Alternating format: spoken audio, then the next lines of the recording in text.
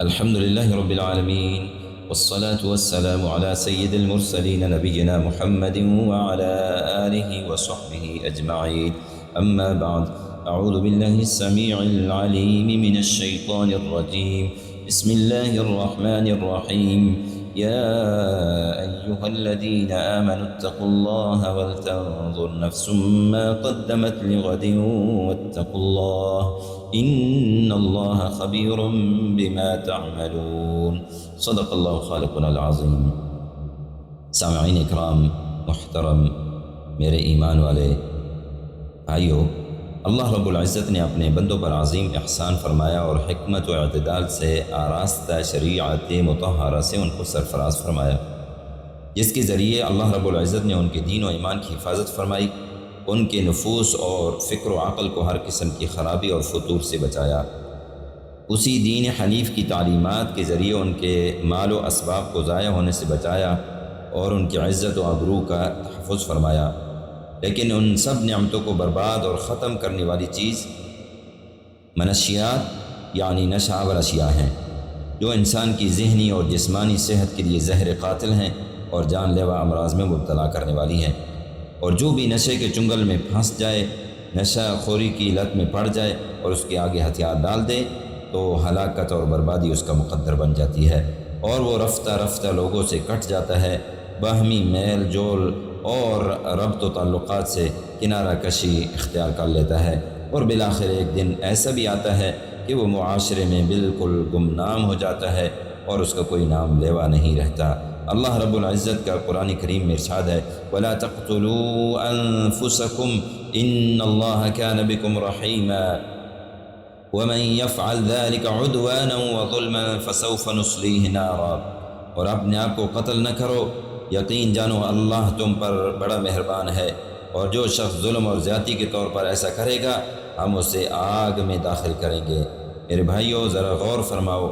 جو شخص کسی ایسی چیز کا استعمال کرے جیسے اللہ رب العزت نے حرام قرار دیا ہے اور اس کے ذریعے اپنی جان کو ہلاکت میں ڈالے، تو اللہ رب العزت نے اس کے لیے کتنی سخت وعید ارشاد فرمائی ہے۔ اور اس بات کی تاکید اور وضاحت نبی کریم صلی اللہ علیہ وسلم کے اس ارشاد گرامی میں ملتی ہے۔ آپ صلی اللہ علیہ وسلم نے فرمایا، من قتل نفسه بسم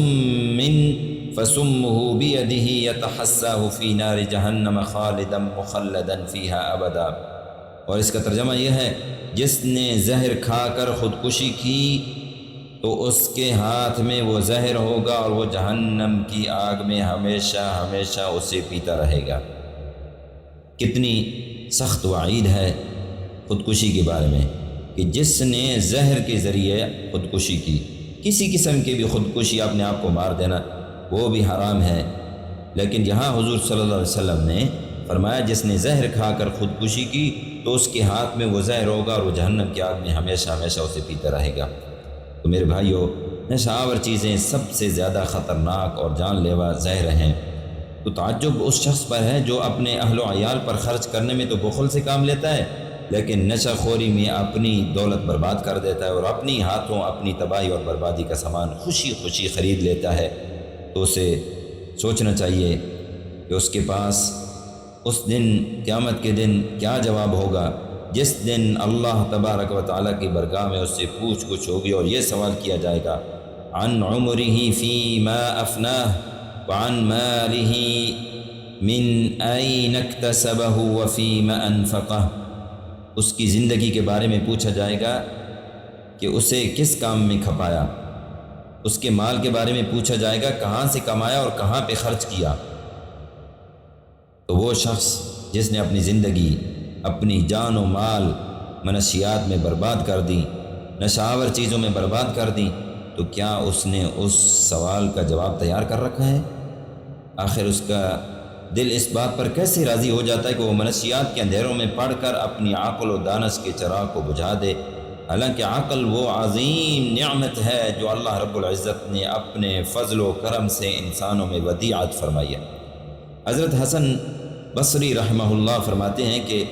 عقل اگر خریدی جانے والی کوئی چیز ہوتی تو لوگ اس کی قیمت بڑھا چڑھا کر مہنگے داموں پیش کرتے، لیکن پھر اس شخص پر حیرت ہوتی ہے جو اپنا مال ہی عقل برباد کرنے پر لگا دیتا ہے۔ دیکھو حضرت حسن بصری رحمہ اللہ نے کیسے حیرانگی کے ساتھ یہ فرمایا کہ کیسے پھر وہ شخص اپنا مال ہی عقل برباد کرنے پر لگا دیتا ہے، بھلا وہ کیوں کر اپنی لگام منشیات کے ہاتھوں میں دے دیتا ہے جو اس کے ہوش و حواس سلب کر لیتی ہیں اور اسے دین و دنیا کے خسارے میں مبتلا کر دیتی ہیں۔ پھر اس کی حالت یہ ہو جاتی ہے جیسے حدیث پاک میں بیان ہوا ہے، لا يعرف معروفا ولا ينکر منکرا الا ما اشرب من ہوا۔ پھر وہ نیکی کو نیکی نہیں جانتا اور نہ برائی کو برائی سمجھتا ہے، اس کو پتہ ہی نہیں چلتا کہ نیکی کیا ہے اور برائی کیا ہے، نہ وہ نیکی کو نیکی جانتا ہے اور نہ برائی کو برائی سمجھتا ہے، بلکہ اپنی نفسانی خواہشات کا غلام بن کر رہ جاتا ہے۔ تو میرے سامعین کرام، نشہ انسان کے عقل اور شعور پر ایسا غالب آتا ہے کہ اس کی سمجھ بوجھ ختم کر دیتا ہے، اسے اللہ کے ذکر سے غافل کر دیتا ہے، اور جو شخص نشہ خوری میں مبتلا ہوتا ہے تو یہ لت اس کے اہل خانہ پر مصیبتوں اور پریشانیوں کے پہاڑ توڑ دیتی ہے اور ان کی ہنستی مسکراتی زندگیوں میں غم و اضطراب پیدا کر دیتی ہے، ان کی محبتیں چھین کر ان میں نفرت اور عداوت کے بیج بو دیتی ہے۔ اللہ رب العزت کا ارشاد ہے، انما يريد الشيطان ان يوقع بينكم العداوة والبغضاء في الخمر والميسر ويصدكم عن ذكر الله وعن الصلاة۔ شیطان تو یہی چاہتا ہے کہ شراب اور جوئے کے ذریعے تمہارے درمیان دشمنی اور بغض کی بیج ڈال دے اور تمہیں اللہ کی یاد اور نماز سے روک دے۔ تو نشہ میں سب سے یہی ہوتا ہے، سب سے پہلے کہ اللہ کی یاد سے بندہ غافل ہو جاتا ہے، نماز چھوٹ جاتی ہے، تو اللہ کی پناہ مانگنی چاہیے۔ میرے سامعین اکرام، ایمان والے بھائیوں، اللہ کا واسطہ نشے کے فتنے سے ہوشیار رہو، کیونکہ عقل مند انسان کبھی خود کو ہلاکت میں مبتلا نہیں کرتا، اپنی بدنامی اور بری شہرت نہیں چاہتا، اپنا مال ضائع نہیں کرتا، اپنی اولاد کی تربیت سے غافل نہیں ہوتا اور نہ ہی اپنی خاندان کو ٹوٹ پھوٹ کا شکار ہونے دیتا ہے۔ نبی کریم صاحب خلق عظیم صلی اللہ علیہ وسلم کا فرمان ہے، کفا بالمرء اثما ان یضیع من یعول۔ انسان کے گناہ گار ہونے کے لیے اتنا ہی کافی ہے کہ وہ اپنے زیر کفالت لوگوں کا حق ضائع کر دے، ان کا حق ضائع کر دے، ان سے پوچھ گچھ نہیں کرے۔ چنانچہ گھر کے ذمہ دار پر لازم ہے کہ وہ خود بھی منشیات کے فتنے سے بچے، اور اہل خانہ کا اس پر یہ حق ہے کہ انہیں منشیات کے فتنے سے بچائے اور اس کے نقصانات کے متعلق ان کو مکمل آگاہی دیتا رہے۔ اللہ کے نیک بندو، انسان کے اہل خانہ ہی اس کا سب سے محفوظ قلعہ ہیں اور اس کا گھر ہی اس کی پرامن اور قابل بھروسہ جائے پناہ ہے، مگر جب بچوں کو گھر ہی میں محبت کا ماحول نہ ملے، جب گھر کا سربراہ ہی اپنی شفقت سے بچوں کو محروم کر دے، اپنے پیار کے ذریعے ان کو خود سے قریب نہ کر سکے، اپنی نرم دلی سے ان کے دلوں کو نہ جیت سکے، اور جب کہ گھر کے بڑے ہی بچوں سے پرمغز اور تفصیلی گفتگو نہ کریں، ان کے معصوم ذہنوں میں ابھرتے ہوئے جو سوالات ہیں ان کا جوابات چھوڑ دیں، تو پھر ان کے بچے گھر سے باہر توجہ اور اپنائیت تلاش کرنے لگتے ہیں اور یوں برے دوستوں کی صحبت کا شکار ہو جاتے ہیں۔ آپ صلی اللہ علیہ وسلم کا فرمان ہے، الرجل علی دین خلیلہ، آدمی اپنے دوست کے دین پر ہوتا ہے۔ اس لیے میرے بھائیوں، چوکنے رہو، ہوشیار رہو، اپنے بچوں کے ساتھ وقت بتاؤ، ان کی خبر گیری کرو، ان کی چال ڈھال اور اخلاق و اطوار پر نظر رکھو، ان کے دل کی بات پر توجہ کرو اور توجہ سے ان کی باتوں کو سنو، ان کو فارغ مت بیٹھنے دو، بلکہ ان کے لیے مفید علمی اور تفریحی مصروفیات کا بندوبست کرو اور ان کو درست عقل و شعور پہنچانے کا اہتمام کرو، اور اس سلسلے میں کوئی لمحہ ضائع نہ کریں، کیونکہ بچوں کی تربیت ایک امانت ہے اور اللہ کی طرف سے سپرد کی گئی ایک ذمہ داری ہے، اور حقیقت یہ ہے کہ آج کی احتیاط اور بچاؤ کہ علاج و دوا جو ہے وہ بہتر ہے، آج کی احتیاط اور بچاؤ کل کے علاج اور دوا سے بہتر ہے۔ اللہ تعالی ہمیں عمل کرنے کی توفیق عطا فرمائے۔ اقول قولی ھذا واستغفر اللہ لی ولکم فاستغفروہ انہ هو الغفور الرحیم۔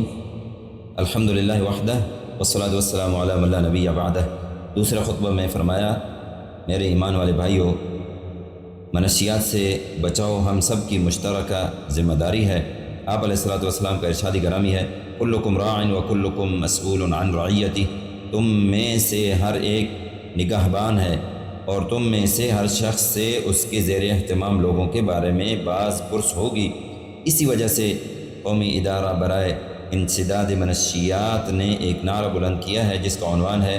آفت سے نجات، صف بندی اور اتحاد کے ساتھ۔ اس کا عنوان یہ رکھا گیا ہے، لہٰذا ہمیں چاہیے کہ ہم مکمل ہوش مندی اور ذمہ داری کا مظاہرہ کریں اور اپنے قومی ادارے کے ساتھ بھرپور تعاون کریں، اور خدا نخواستہ اگر کوئی